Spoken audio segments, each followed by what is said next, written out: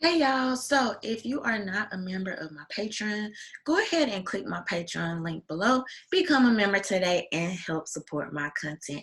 Also, you guys, I now have entertainers are not leaders, okay? T-shirts available now in my Teespring store, which will also be linked below. So go ahead and grab one of those today as well. All right, y'all. So let's go ahead and jump right into this story. So you got your boy Diddy out here talking about he's going to hold the black vote for hostage. Let's go ahead and take a look at that. Black vote is not going to be for free. We're going to have to see some promises. You know, what are we getting in return for our vote? Nothing has changed for Black America.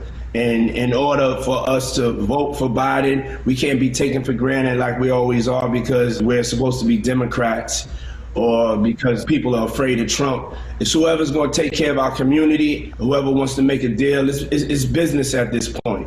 You know, we can't trust politicians, so we want to know very clearly, just like Trump made it clear that he wanted to build a wall, Biden needs to make it clear that he's going to change the lives and quality of life of Black and brown people, or else he can't get the vote. I will hold the vote hostage if I have to. You said it here, said it first. Breaking news. All right, so y'all saw him there with Naomi Campbell. So let's go ahead and talk about this. So first I want to start by saying that in theory, I agree with most of what he said there, right? So I think we are well past due for a time where Black people should definitely be more attentive to the policy that we are receiving, what's being inked on paper instead of what's being said at a podium, okay? The pandering, the sound bites, the platitudes, okay? So I definitely agree with that, all right? But I'm really annoyed by a couple of other things here, okay? And I'm just going to go ahead and talk about those. The first thing being that Diddy is a known grifter. Diddy is an opportunist, okay? There is a running rumor, and you can't even call it a rumor at this point, but Diddy has particularly been bad in his business practices as how he deals with Black and brown, his own artists, okay? So let's start there. So Diddy is known for just trying to get over. Not only that, I am not naive to the fact, and I can't say with 100% certainty, but I'm almost sure, like I could probably say this with 99.2% certainty, okay, that as many of you know, there is a movement online called ADOS that has become very popular, and their message has been so forceful that they literally got part of their message to the national debate stage, which was reparations. So they are part of the reason why this been talked about a lot lately, and at least I know like the last year, maybe even longer, okay? Diddy is not blind to that. I even think, if I remember correctly, in that Revolt Summit that had like Candace Owens and T.I. and Killer Mike, I think they passed the mic to somebody and they even asked about their thoughts on reparations or something, if I remember correctly, y'all.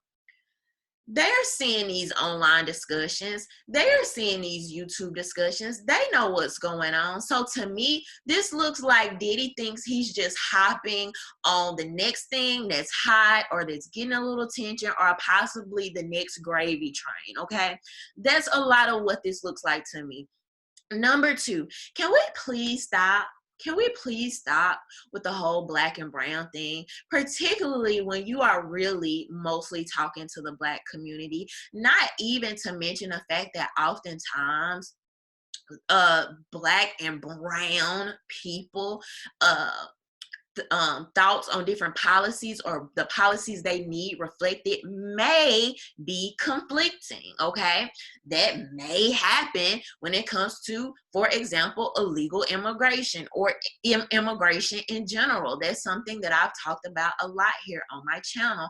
Also, historically, we've seen that the whole black and brown and other box and minority box usually tends to not favor black people. Okay, we've seen this with how affirmative action has worked and been applied, also with things like civil rights. Okay, and how other groups try to use that to their advantage and this, that, and the other. I've also talked about these things as well.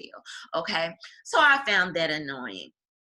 And number 3, probably most importantly, I'm really tired of this narrative that black people need to be led like children, that black people are very infantile in their way of thinking, right? When it comes to politics, I don't think it's anything wrong with motivating black people, but when you throw yourself into this position of leadership, oh, we holding the black vote hostage, like Diddy, who died and made you king. And I'm really tired of particularly rappers, comedians being these voices when it comes to politics.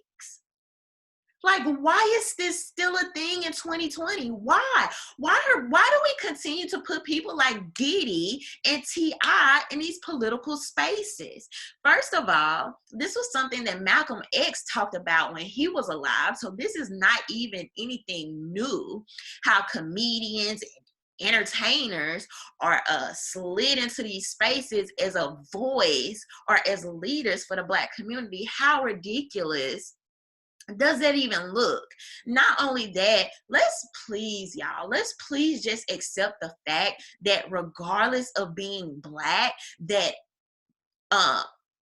billionaires and millionaires may not have the same policy needs as people in middle and lower class America. Like, can we just accept and embrace that fact? So to even believe that these people can even be effective leaders and you typically don't have the same issues as regular everyday people, it's just asinine. Okay, it just doesn't make sense logically. It just doesn't make sense. But yeah, those are my thoughts. Don't forget to get your t-shirts at the Teespring link down below. Don't forget to subscribe. Bye.